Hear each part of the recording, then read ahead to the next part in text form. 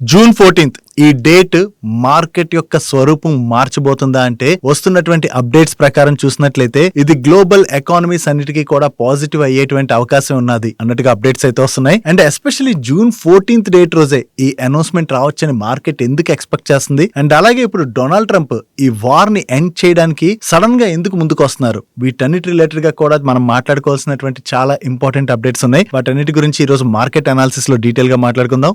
దీంతో పాటుగా gold and silver related గా గవర్నమెంట్ దగ్గర నుంచి ఒక ఇంపార్టెంట్ అనౌన్స్మెంట్ వచ్చింది, అదే డిస్కస్ చేసుకుందాం. వీటితో పాటు ఒక్క గవర్నమెంట్ కంపెనీ గురించి కూడా మీరు తెలుసుకోవాలి. ఈ రోజు సెషన్ లోని ఆ స్టాక్ అయితే చాలా పాజిటివ్ గా రియాక్ట్ అయింది, దానికి ఒక న్యూస్ ఉన్నది. వాటన్నిటి గురించి ఈ రోజు వీడియోలోని 1 by 1 క్విక్ గా డిస్కస్ చేసేద్దాం. ముందుగా మార్కెట్ అప్డేట్ చూసినట్లయితే ఈ రోజు సెషన్ లో సెన్సెక్స్ 1695 పాయింట్స్ పెరిగి 75,527 పాయింట్స్ కి క్లోజ్ అయినట్లయితే నిఫ్టీ 461 పాయింట్స్ పెరిగి 23,622 పాయింట్స్ కి క్లోజ్ అయింది. అండ్ ఈ రోజు సెషన్ లో మిడ్ క్యాప్ ఇండెక్స్ 2.37% పెరిగినట్లయితే స్మాల్ క్యాప్ ఇండెక్స్ 2.60% పెరిగింది అండ్ బ్యాంక్ నిఫ్టీ 2.97% పెరిగింది. నెక్స్ట్ 24 గంటల్లోని ఇరాన్ ని సర్వనాశనం చేసేస్తామని చెప్పి డొనాల్డ్ ట్రంప్ దగ్గర నుంచి ముందు ఒక స్టేట్మెంట్ వచ్చింది కదా. ఆ స్టేట్మెంట్ వచ్చిన తర్వాత నిన్న నైట్ ఇరాన్ పైన యుఎస్ చాలా స్ట్రాంగ్ గానే అటాక్ చేయొచ్చు అని చెప్పి మార్కెట్ లో భయాలు అయితే మొదలయ్యాయి. కానీ ఎప్పుడు జరిగినట్టే మళ్ళీ డొనాల్డ్ ట్రంప్ నిన్న నైట్ ఆల్మోస్ట్ 12 o'clock అయింది. ఎలాంటి స్టేట్మెంట్ వచ్చిందంటే ఇరాన్ తోని డీల్ నెగోషియేషన్స్ చాలా పాజిటివ్ గా ముందుకు వెళ్తున్నాయి. సో ఇప్పుడు ఇరాన్ పైన అటాక్ చేద్దాం ఏదైతే ప్లాన్ చేసామో దాన్ని అయితే యాజ్ ఆఫ్ నౌ ఆపేస్తున్నాం అని చెప్పి ఈయన దగ్గర నుంచి ట్వీట్ వచ్చేసరికి గ్లోబల్ మార్కెట్స్ అన్ని ఊపిరి పీల్చుకున్నాయి. కానీ దాని తర్వాత ఈ రోజు యుఎస్ దగ్గర నుంచి కావచ్చు, ఇరాన్ దగ్గర నుంచి కావచ్చు వస్తున్నటువంటి అప్డేట్స్ చూసినట్లయితే ఈ డీల్ కొంత పాజిటివ్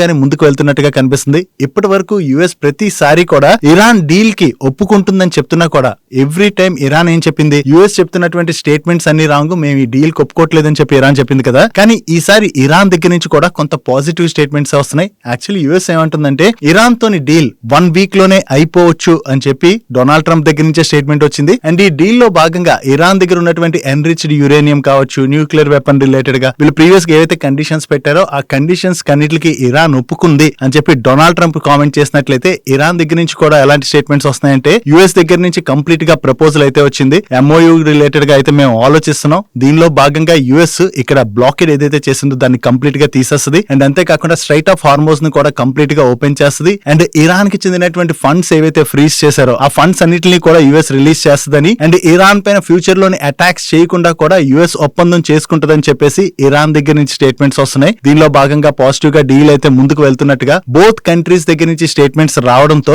ఈ మార్కెట్ రిలేటెడ్ గా ఉన్నటువంటి టెన్షన్ కొంత తొలగిపోయేసరికి ఈ రోజు సెషన్ లో మార్కెట్ పాజిటివ్ గా రియాక్ట్ అయింది. అండ్ క్రూడ్ ప్రైస్లు కూడా మనకి తగ్గాయి కదా. ఓవరాల్ గా చూసుకున్నట్లయితే నెక్స్ట్ ఒక 1 week లోనే 2 కంట్రీస్ మధ్యన డీల్ అవ్వచ్చు అని చెప్పి హోప్స్ ఉన్నాయి. కాకపోతే మార్కెట్ లో మరొక ఇంపార్టెంట్ న్యూస్ కూడా తిరుగుతుంది. యాక్చువల్లీ మీరు అందరూ న్యూస్ ఆల్రెడీ విని ఉండొచ్చు. ఎలన్ మస్క్ గారికి చెందినటువంటి స్పేస్ ఎక్స్ ఐపీఓకి వచ్చింది కదా. ఈ స్పేస్ ఎక్స్ ఐపీఓ టైంలోని మనకి మార్కెట్ రిలేటెడ్ గా ఇబ్బంది ఉండకూడదని చెప్పి డొనాల్డ్ ట్రంప్ సడన్ గా ఈ డిసిషన్ అయితే తీసుకుంటున్నారని అండ్ దీంతో పాటుగా ఈ జూన్ 14th అంటే ఆదివారం రోజున డొనాల్డ్ ట్రంప్ బర్త్డే ఉన్నది. జనరలీ డొనాల్డ్ ట్రంప్ కి ఏదైనా సరే క్రెడిట్ కావాలి కదా. ప్రతిదీ కూడా నేనే చేశాను, నా వల్లే యుద్ధాలు ఆగిపోయి, నేనే ప్రపంచానికి అన్ని చేశాను, ఇలాంటి క్రెడిట్ కావాలి కదా. ఇప్పుడు అతని బర్త్డే ఆదివారం ఉండడం వలన యుఎస్ అండ్ ఇరాన్ మధ్యన డీల్ రిలేటెడ్ గా ఆయన బర్త్డే రోజే అనౌన్స్ చేసేటువంటి అవకాశాలు కూడా ఉండొచ్చు అని చెప్పి మార్కెట్ లో ఎక్స్పెక్టేషన్స్ అయితే బిల్డ్ అవుతున్నాయి. నిజంగా ఒకవేళ సండే రోజున యుఎస్ అండ్ ఇరాన్ మధ్యన డీల్ కనుక అనౌన్స్ అయిపోయింది అనుకోండి, ఇప్పటి వరకు గ్లోబల్ మార్కెట్స్ అన్ని కూడా ఏ విధంగా ప్రెషర్ ని ఫేస్ చేస్తున్నాయో ఆ ప్రెషర్ కి బిగ్ రిలీఫ్ అవుతుంది. దట్ స్ట్రైట్ ఆఫ్ హార్మోస్ ని కంప్లీట్ గా కానీ ఓపెన్ చేశాను అనుకోండి, అక్కడి నుంచి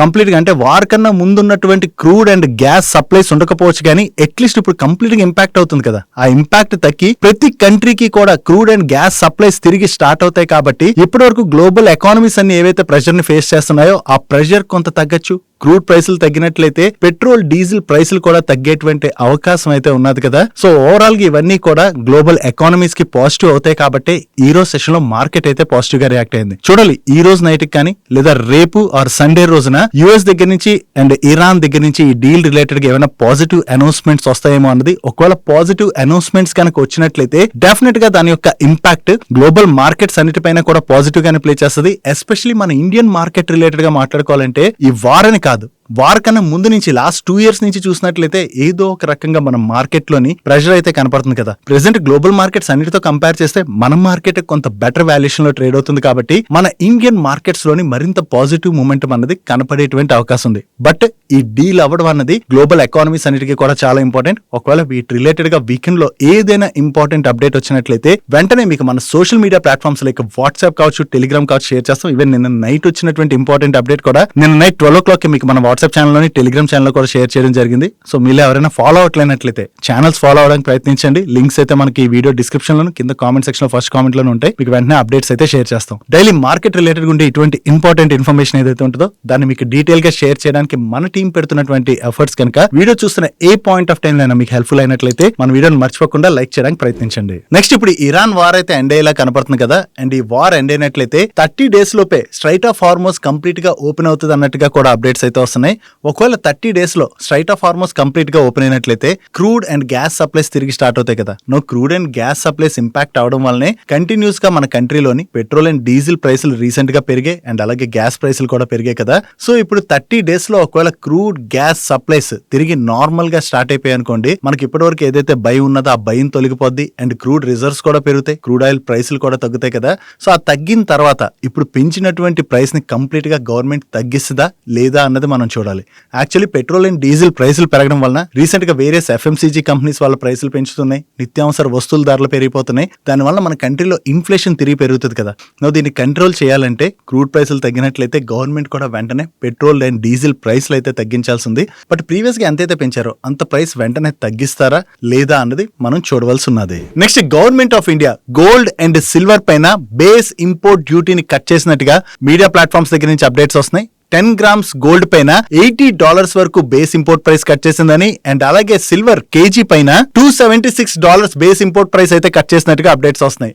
ఈ బేస్ ఇంపోర్ట్ ప్రైస్ కట్ చేయడం వలన ఓవరాల్ గా గోల్డ్ ఇంపోర్ట్ కాస్ట్ అన్నది తగ్గుతుంది కాబట్టి దానివల్ల గోల్డ్ అండ్ సిల్వర్ ప్రైస్లు మన కంట్రీలోని కొంత తగ్గేటువంటి అవకాశం అయితే ఉన్నది. రీసెంట్ గా చూసినట్లయితే government of India gold and silver imports మన కంట్రీలోకి తగ్గించడానికి వేరియస్ డిసిషన్స్ తీసుకున్నది కదా. సో ఆ డిసిషన్స్ తీసుకోవడం వలన ఇప్పుడు మన కంట్రీలో గోల్డ్ అండ్ సిల్వర్ కన్జంప్షన్ అయితే తగ్గినట్టుగా వేరియస్ జ్యువెలర్స్ దగ్గర నుంచే కామెంట్స్ అయితే వస్తున్నాయి. ఇప్పుడు ఈ గోల్డ్ ఇంపోర్ట్స్ పైన బేస్ ఇంపోర్ట్ డ్యూటీని కట్ చేయడం వలన తిరిగి గోల్డ్ అండ్ సిల్వర్ కన్జంప్షన్ అన్నది పెరుగుతుందా లేదా అన్నది చూడాలి. Next coming to the stock of the day. ఈ రోజు స్టాక్ ఆఫ్ ది డే లోని వేరియస్ ఇండస్ట్రీస్ కి ఫైనాన్స్ సొల్యూషన్స్ ఆఫర్ చేసే PSU NBFC అయినటువంటి IFCI లిమిటెడ్ ఈ స్టాక్ ఈ రోజు సెషన్ లో నియర్లీ 20% వరకు పెరిగింది కదా. సో స్టాక్ ఒక్కసారి ఇంతలా పెరిగింది, దీనికి స్పెషల్ గా రీజన్ ఏమైనా ఉందా? కంపెనీ దగ్గర నుంచి ఏమైనా అనౌన్స్మెంట్ వచ్చిందంటే కంపెనీ దగ్గర నుంచి ఎటువంటి అనౌన్స్మెంట్ కూడా రాలేదు. మరి స్టాక్ ఎందుకు ఇంతలా పెరిగిందంటే ఈ కంపెనీకి చెందినటువంటి one of the subsidiary company NSE లోని నియర్లీ 4% పైనే స్టేక్ అయితే హోల్డ్ చేస్తుంది. NSE లో వీళ్ళ సబ్సిడరీ కంపెనీ ఈ స్టేక్ హోల్డ్ చేస్తుండడం వల్ల ఈ స్టాక్ ఈ రోజు పాజిటివ్ గా రియాక్ట్ అయింది. దానికి కూడా కారణం నెక్స్ట్ వీక్ లోని NSE IPO రిలేటెడ్ గా NSE వాళ్ళు DRHP ని ఫైల్ చేసేటువంటి అవకాశం ఉన్నదని చెప్పి మీడియా ప్లాట్ఫామ్స్ రిపోర్ట్ చేశాయి. NSE IPOకి వచ్చినట్లయితే NSE లోని వీళ్ళు కొంత స్టేక్ ని హోల్డ్ చేస్తున్నారు కాబట్టి వాల్యూ అన్లాకింగ్ అన్నది జరుగుతుంది కదా, వీళ్ళ వాల్యుయేషన్ పెరుగుతుంది కదా. సో దాంతోనే మార్కెట్ దాన్ని పాజిటివ్ గా తీసుకోవడం వల్ల ఈ రోజు సెషన్ లో స్టాక్ అయితే పాజిటివ్ గా రియాక్ట్ అయింది. ఇక్కడి నుంచి స్టాక్ పాజిటివ్ గా రియాక్ట్ అయితే వెళ్ళిపోద్దా అంటే సింపుల్ ఒకటైతే అర్థం చేసుకోవాలి. ఇలా న్యూస్లు వచ్చినప్పుడు ఇటువంటి స్టాక్స్ అయితే పాజిటివ్ గా రియాక్ట్ అవుతాయి.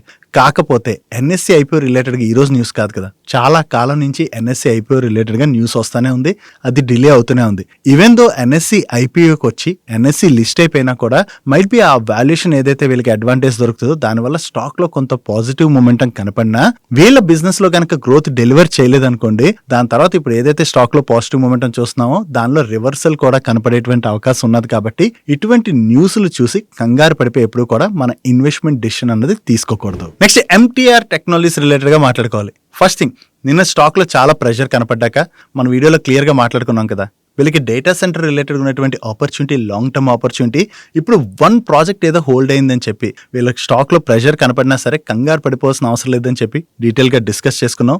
దాని తర్వాత ఇప్పుడు వీళ్ళ మేనేజ్మెంట్ కూడా ఈ రోజు మీడియాతో మాట్లాడుతూ చాలా పాజిటివ్ స్టేట్మెంట్స్ చేసింది.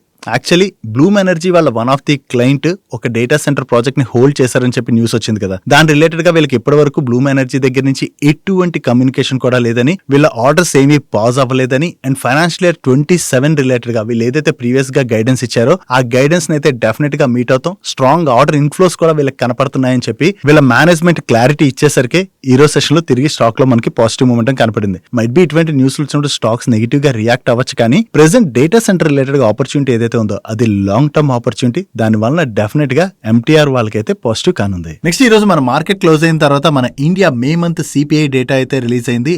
యాక్చువల్లీ ఈ మే మంత్ లోని మన కంట్రీలోని సిపిఐ ఇన్ఫ్లేషన్ 4.02% కి పెరగచ్చని చెప్పి మార్కెట్ అయితే ఎస్టిమేట్ చేసింది, కానీ ఇది 3.93% కి పెరిగింది. ఓవరాల్ గా ప్రీవియస్ మంత్ తో కంపేర్ చేసినట్లయితే కొంత ఇన్ఫ్లేషన్ పెరిగినా ఎస్టిమేట్ చేసిన దానికన్నా కూడా కొంత తక్కువగానే పెరిగింది, కాబట్టి అది మనం పాజిటివ్ గా చూడొచ్చు. ఒకవేళ ఇప్పుడు జరుగుతున్నటువంటి ఈ వార్ ఎండ్ అయ్యి క్రూడ్ సప్లైస్ కనుక తిరిగి స్టార్ట్ అయితే తిరిగి పెట్రోల్ డీజిల్ ప్రైసులు కొంత తగ్గచ్చు, కాబట్టి దాని వలన ఇన్ఫ్లేషన్ కంట్రోల్ లోకి వచ్చేటువంటి అవకాశం అయితే ఉంటుంది. నెక్స్ట్ ఈ రోజు సెషన్ లోని వోడాఫోన్ ఐడియా స్టాక్ లోని చాలా పాజిటివ్ మూమెంటం కనపడింది కదా. దీనికి రీజన్ ఈ వోడాఫోన్ ఐడియా రిలేటెడ్ గా కుమార్ మంగళం బిర్లా గారి దగ్గర నుంచి చాలా పాజిటివ్ స్టేట్మెంట్స్ అయితే వచ్చాయి. రీసెంట్ గా వీళ్ళు ఫండ్ రైజ్ చేయడానికి ఏదైతే ప్రపోజల్ పెట్టారో దానికైతే ఇన్వెస్టర్స్ దగ్గర నుంచి వీళ్ళకి అప్రూవల్ వచ్చిందని, టోటల్ గా 4,730 crores ఇన్వెస్ట్మెంట్ బిర్లా గ్రూప్ నుంచి వోడాఫోన్ ఐడియాలో చేయబోతున్నట్లుగా. సో ఈ ఇన్వెస్ట్మెంట్ ఏదైతే రాబోతుందో దానిలోని 1,730 crores వీళ్ళు క్యాపెక్స్ రిలేటెడ్ గా యూజ్ చేయబోతున్నట్లయితే మిగిలిన 3,000 crores వోడాఫోన్ యొక్క డెట్ రెడ్యూస్ చేయడానికి యూజ్ చేయబోతున్నట్టుగా. ఇప్పటి వరకు వోడాఫోన్ అన్ని రకాల ఛాలెంజెస్ ని ఫేస్ చేసింది. ఇకపైన గ్రోత్ రిలేటెడ్ గా ఫోకస్ చేసి వోడాఫోన్ ఐడియాని ఫుల్ ఫ్లెడ్జ్ గా గ్రో చేయబోతున్నట్టుగా ఈయనైతే కామెంట్ చేయడం జరిగింది. సో ఎప్పుడైతే ఆయన దగ్గర నుంచి ఇటువంటి పాజిటివ్ స్టేట్మెంట్స్ వచ్చాయో దాంతో ఈ రోజు సెషన్ లో వోడాఫోన్ ఐడియా స్టాక్ లో పాజిటివ్ మూమెంటం కనపడింది. నెక్స్ట్ సెబీ స్టాక్స్ రిలేటెడ్ గా ఒక కొత్త ప్రపోజల్ అయితే తీసుకొచ్చింది. ఇప్పటి వరకు మనం చూసినట్లయితే బిఎస్సీ లో కొన్ని స్టాక్స్ కి ఒకలాంటి ప్రైస్ బ్యాండ్ ఉన్నట్లయితే ఎన్ఎస్సీ లో ఒకలాంటి ప్రైస్ బ్యాండ్ ఉంటుంది కదా. సో అలా కాకుండా ఇకపైన అన్ని ఎక్స్చేంజెస్ లో కూడా హార్మోనైజ్ ప్రైస్ బ్యాండ్స్ ఉన్నట్లయితే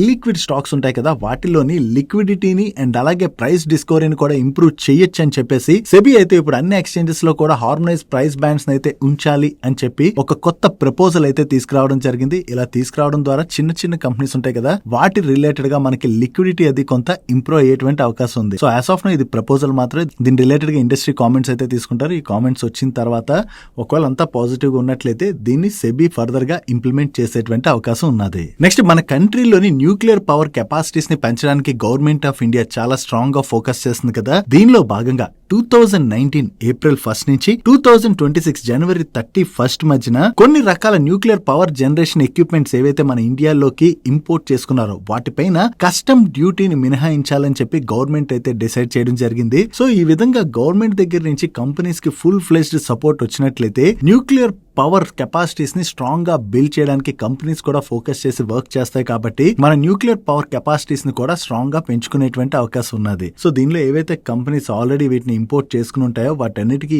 బెనిఫిట్ దొరుకుతుంది, కాబట్టి ఆ కంపెనీస్ రిలేటెడ్ గా ఇది మనం కొంత పాజిటివ్ గా చూడొచ్చు. నెక్స్ట్ వేదాంత గ్రూప్ వాళ్ళకి చెందినటువంటి డిఫరెంట్ బిజినెస్ ని డీమర్జ్ చేసింది కదా రీసెంట్ గానే. వీళ్ళ ఆయిల్ గ్యాస్ బిజినెస్ కావచ్చు, వీళ్ళ పవర్ బిజినెస్ కావచ్చు, aluminium, iron and steel business, వీటన్నిటిని కూడా వేదాంత లిమిటెడ్ నుంచి అయితే వీళ్ళు డీమర్జ్ చేశారు కదా.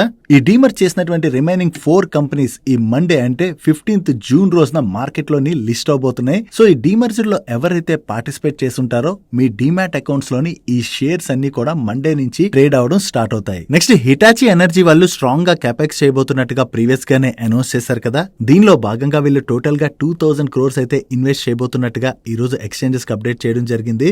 ఈ ఇన్వెస్ట్మెంట్ ద్వారా వడోదరాలోని కొత్తగా లార్జ్ పవర్ ట్రాన్స్ఫార్మర్ ఫ్యాక్టరీని అయితే వీళ్ళు సెటప్ చేయబోతున్నారు. దీని ద్వారా వీళ్ళ రీజనల్ ట్రాన్స్ఫార్మర్ ఫుట్ ప్రింట్స్ ని కూడా ఫర్దర్ గా స్ట్రెంథెన్ చేసుకోబోతున్నట్టుగా వీళ్ళ మేనేజ్మెంట్ షేర్ చేయడం జరిగింది. వీళ్ళకైతే కంటిన్యూస్ గా స్ట్రాంగ్ గా ఆర్డర్స్ అయితే వస్తానే ఉన్నాయి. సో ఈ ఆర్డర్స్ ని ఎగ్జిక్యూట్ చేసేందుకు గాను వీళ్ళు ఈ క్యాపెక్స్ కూడా చేసుకోవాల్సి ఉన్నది. సో ఈ కెపాసిటీ ఎక్స్పాన్షన్ ఏదైతే చేస్తున్నారో ఇది లాంగ్ టర్మ్ లో హిటాచి ఎనర్జీ వాళ్ళకైతే పాజిటివ్ కానుంది. నెక్స్ట్ యాక్సెస్ కేట్స్ వాళ్ళు వీళ్ళ ఇంజనీరింగ్ సర్వీసెస్ బిజినెస్ ఏదైతే ఉన్నదో దీన్ని అయితే డైవర్స్ చేయబోతున్నట్టుగా ప్రీవియస్ గానే అనౌన్స్ చేశారు కదా. సో దీనిలో భాగంగా యాక్సెస్ కేట్స్ నుంచి అకోడిస్ వాళ్ళు 51% స్టేక్ ని ఇనిషియల్ గా అయితే అక్వైర్ చేయబోతున్నారు. రిమైనింగ్ 49% స్టేక్ ని 24 months to 30 months లో వీళ్ళ దగ్గర నుంచి అక్వైర్ చేస్తారు. నువ్వు ఈ బిజినెస్ ని డైవర్స్ చేయడం ద్వారా యాక్సెస్ కేట్స్ వాళ్ళకి ఏదైతే క్యాష్ రానున్నదో ఆ క్యాష్ ని వీళ్ళ పవర్ 930 ప్లాన్ కోసం యూజ్ చేయబోతున్నట్టుగా, అంటే కెపాక్స్ రిలేటెడ్ గా కావచ్చు అండ్ అలాగే న్యూ స్పేస్ డివిజన్ ని సెటప్ చేస్తా అన్నారు కదా, దాని రిలేటెడ్ గా కావచ్చు, వీటన్నిటి రిలేటెడ్ గా కూడా యూజ్ చేయబోతున్నట్టుగా యాక్సెస్ కేట్స్ వాళ్ళ మేనేజ్మెంట్ షేర్ చేయడం జరిగింది. నెక్స్ట్ రీసెంట్ గా various auto companies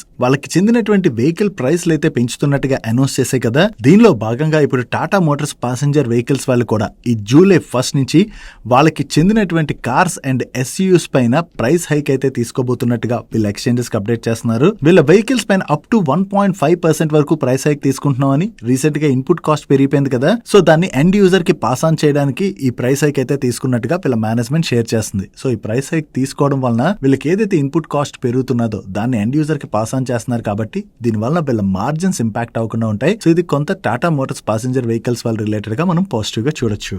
that's it for today's daily మనిషి. ఈ రోజు డైలీ మనిషిలో మేము షేర్ చేసిన ఇన్ఫర్మేషన్ మీకు హెల్ప్ఫుల్ అయినట్లయితే మన వీడియోని లైక్ చేస్తూ ఛానల్ సబ్స్క్రైబ్ చేసుకోవడం మర్చిపోకండి. నేను చంద్రశేఖర్ పత్రి మరొక ఇంట్రెస్టింగ్ వీడియోతో కలుద్దాం. Good night.